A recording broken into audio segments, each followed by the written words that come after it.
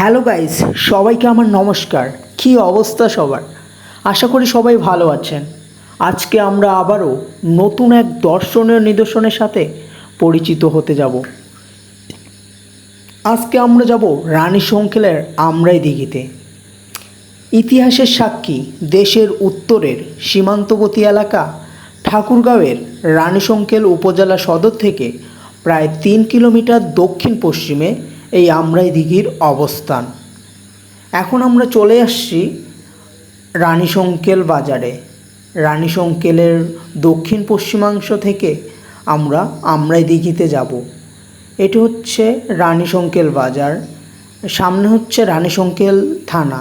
এই যে এই রোড দিয়ে আমরা হরিপুরে যেতে পারবো, আর এদিক সোজা রাস্তা দিয়ে আমরা আমরাই দিঘিতে যাব।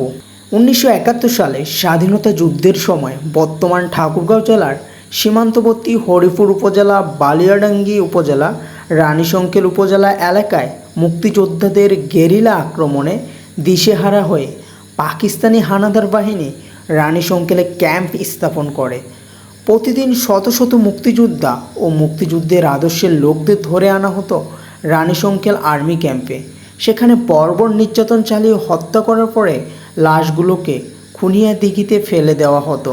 এটি সে হচ্ছে খুনিয়া দিঘি। অবশেষে আমরা চলে এসেছি আমরাই দিঘি বিনোদন পার্ক। আমরা এখানে আসে টিকিট কেটে নিলাম। এখানে আমরা 3 জন ছিলাম গাড়িতে, আর গাড়ি সহ টোটাল হচ্ছে 20 টাকা নিয়েছে। আমরাই দিঘি বিনোদন পার্ক। আমরাই দিঘি এটি ঠাকুরগাঁও জেলার সবচেয়ে প্রাচীন ও বৃহত্তম দিঘি। এর সঠিক ইতিহাস এখনও জানা যায়নি। ধারণা করা হয় দিঘিটি 500 থেকে 1000 বছরের পুরাতন হতে পারে। একসময় এই দিঘি ছিল এ অঞ্চলের সাধারণ মানুষের পানির চাহিদা পূরণের উৎস। এ দিঘিকে ঘিরে নানা লোককথা শোনা যায়। আমরাই দিঘির নামকরণ করা হয় রানী সাগরের নামে। এটি 2002 সালে নামকরণ করা হয়। পুকুরটি 18.34 একর সূর্য পাহাড় ও 23.82 একর জলভাগ সহ মোট 42.20 একর বিশিষ্ট আমরাই দিঘিটি বরেন্দ্র ভূমিতে প্রাচীন জলাশয়গুলির মধ্যে এর আয়তন দ্বিতীয় বৃহত্তম। পুকুরটির দৈর্ঘ্য উত্তর দক্ষিণে 900 মিটার ও প্রস্থ পূর্ব পশ্চিমে 400 মিটার।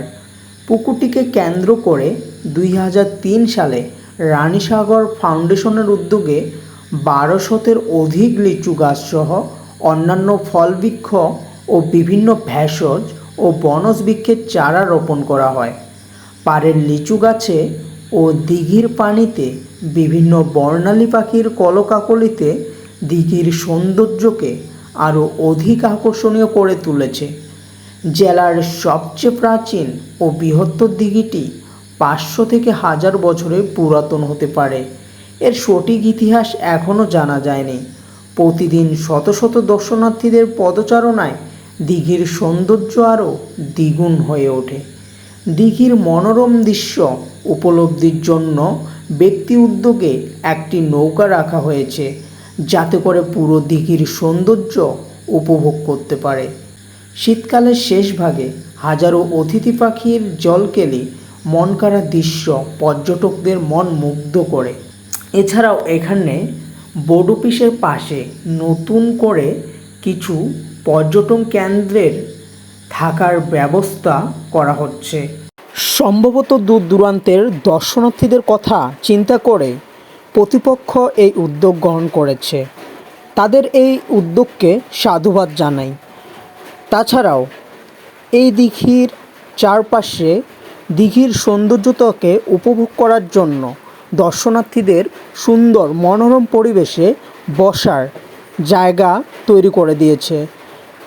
এখান থেকে দিঘির চারপাশের গাছগুলো, মানে লিচুর গাছগুলো, just looking like a wow, দেখতে অসাধারণ লাগে। এছাড়াও এখানে ছোট বাচ্চাদের খেলার জন্য দোলনা আর দর্শনার্থীদের ছবি তোলার জন্য বিভিন্ন স্পট তৈরি করে রেখেছে।